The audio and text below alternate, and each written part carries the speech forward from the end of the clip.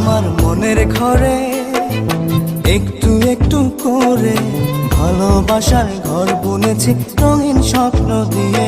আমার মনের ঘরে